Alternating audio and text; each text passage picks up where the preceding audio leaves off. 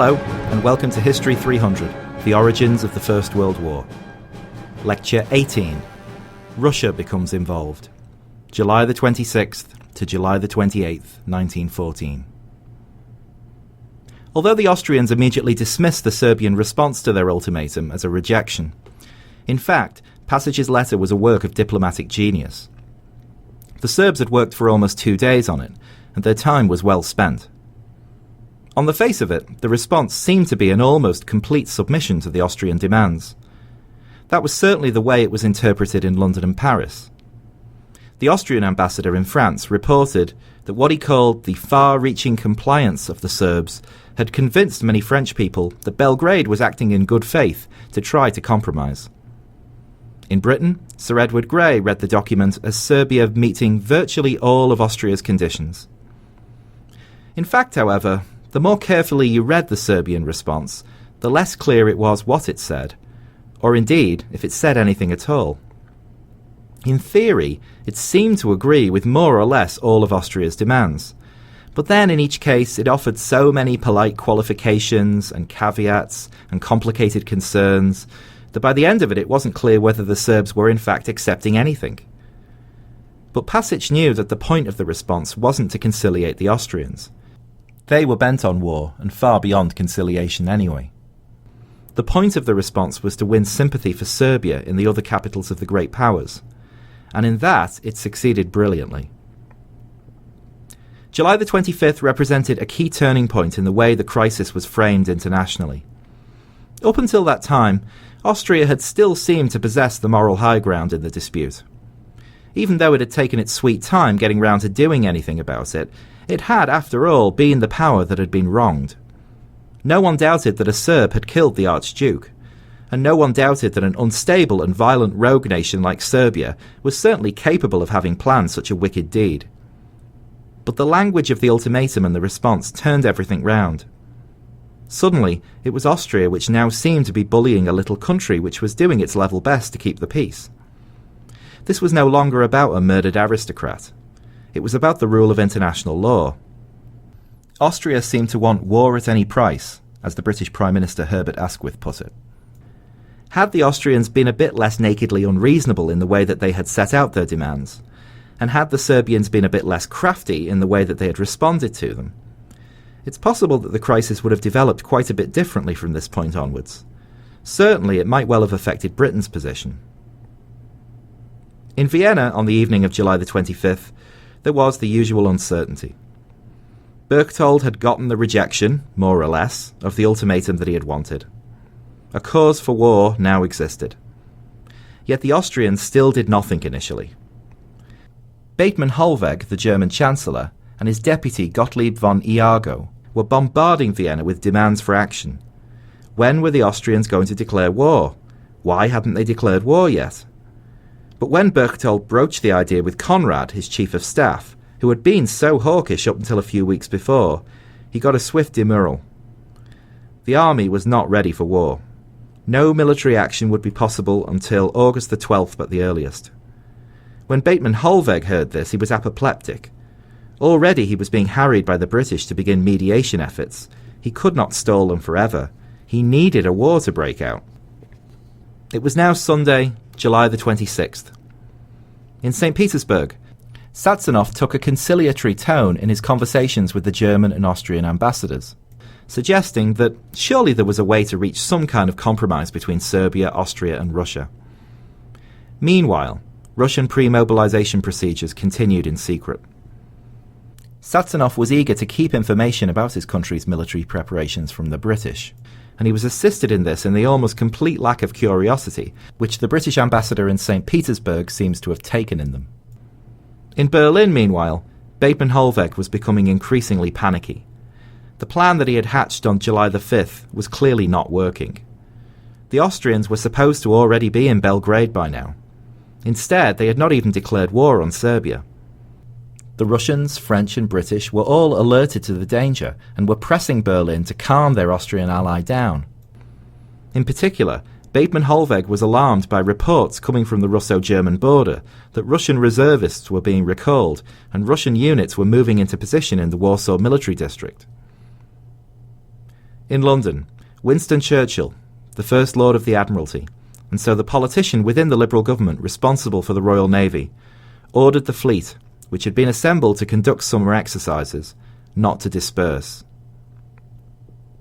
It was now Monday, July the 27th. The Kaiser, frustrated about the lack of news from Berlin, returned home a day early from his Norway vacation. There he confronted his humiliated Chancellor Bateman Holweg, who had to admit to the complete failure of his plan. Bateman offered to resign. Wilhelm refused. "You've cooked this broth, and now you're going to eat it," he is said to have told his Chancellor contemptuously.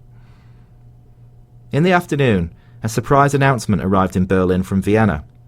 Austria would be declaring war on Serbia no later than the following afternoon. Berchtold had made the decision himself, ignoring the advice of his chief of staff about the unreadiness of the Austrian army for any invasion of Serbia. Quite why Berchtold suddenly did so is unclear. He may simply have been tired of all the nagging he was receiving from the Germans. He may have wanted to appear decisive for once. Whatever the reason, he had managed to persuade Emperor Franz Josef to sign the declaration of war by reporting to the Habsburg ruler that Serbian army units were firing on Austrian positions along the Danube. The story was entirely made up. In Berlin, this was the news that Bateman Holweg had been waiting for weeks. Now there had to be no further delay. Prince Lechnowsky, Germany's ambassador in London, forwarded on proposals for multi-power international mediation drawn up by Sir Edward Grey, which Grey wanted the Germans in their turn to recommend to Vienna. Bateman Holweg could not entirely ignore Grey's request. It was key to his desire to localise the Austro-Serbian war that Britain not get involved. But of course he had no interest in mediation actually taking place. It had been hard enough to get the Austrians to do anything. The last thing he needed now was for them to suddenly get cold feet. So he passed along Grey's suggestion to Vienna with a note attached, advising the Austrians to ignore it. He had technically done what Grey had asked him to, while sabotaging any chance of its success. Sure enough, the Austrians quickly rejected the idea of mediation. In London, Grey, meeting with his cabinet colleagues, warned them that if his mediation attempts did not succeed, that it would soon be time to decide whether Britain was going to stand with its Entente partners, France and Russia. The cabinet was deeply divided on the issue. No decision could as yet be made. Churchill, on his own instigation, decided to mobilise the Royal Navy. In Paris, the French began precautionary military measures. It was now Tuesday, July the 28th. At some point during the morning, Kaiser Wilhelm read the Serbian response to the Austrian ultimatum. Even though 3 days had passed since it was originally sent, this was apparently the first time that he had sat down and actually read it. Whether that was because of his own lack of curiosity, or because the response was deliberately withheld from him by Bateman Holweg, is unclear. Either way, the Kaiser was impressed as Sir Edward Grey had been by its conciliatory language. Clearly, to him it represented a huge retreat by the Serbs. Austria had gotten more or less what it wanted. It had inflicted a public humiliation on Belgrade. Surely there was no further cause for war. The Kaiser told Bateman Holweg to inform the Austrians to call off their declaration of war. Of course, the Chancellor did no such thing. He was horrified by Wilhelm's attitude. This was exactly the kind of last-minute turnaround the Kaiser was always known for making. Bateman Holweg had had to practically order the Austrians to declare war on Serbia. He was not going to stop them now. At the same time the Kaiser was reading the Serbian note, Austria-Hungary mobilised its army. Vienna officially declared war on Serbia at 10 minutes past 11 in the morning. This actually turned out to be more complicated than the Austrians had realised, because their ambassador had left Belgrade on the 25th, so there was no one left in Serbia to actually hand over the declaration. So they sent a copy by telegram to the Serbian government. When Pasic received it, he didn't know whether to take it seriously or not. He contacted London, Paris and St. Petersburg and asked them for clarification. He had received this really strange telegram saying that Austria was declaring war on his country. Was it real or was it a hoax? The definitive answer didn't arrive until that evening, when Austrian gunboats on the Danube began shelling Belgrade. These were the opening shots of a war that was going to continue for 4.5 years. In Berlin, when he heard the news of the Austrian declaration of war, the Kaiser was livid. There was no need for war any longer. Why were the Austrians now behaving so recklessly? Why had they ignored his earlier advice? Wilhelm was not aware that it had never been sent. He told Bethmann Hollweg to contact Vienna immediately. The declaration of war could not be undone now, but there was still time to avoid a full-fledged conflict. The Austrians should restrict themselves to occupying Belgrade itself. Once the Serbian capital was in their hands, they should request mediation with Russia.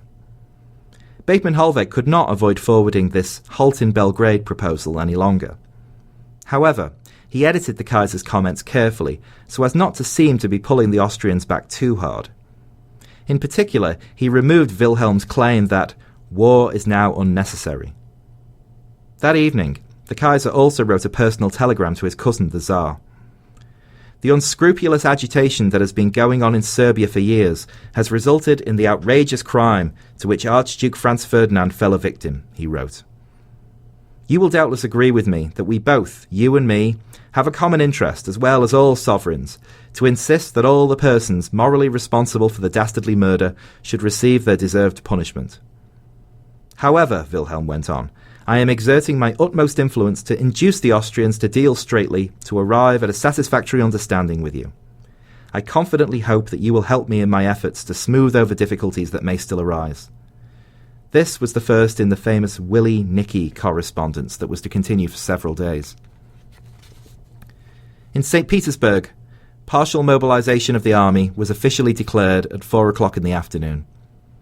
Many of the early mobilization steps had begun several days before, but with Austria's declaration of war against Serbia, Satsanov now had no need to hide them from public view. Russia could argue that it was only responding to a clear violation of international peace by the Austrians. The French ambassador to Russia, Maurice Palaiolog, promised his government strong support for Russia, whatever might happen next. OK, in the next lecture, we'll consider the events of July the 29th and July the 30th, as the crisis deepens still further. See you then.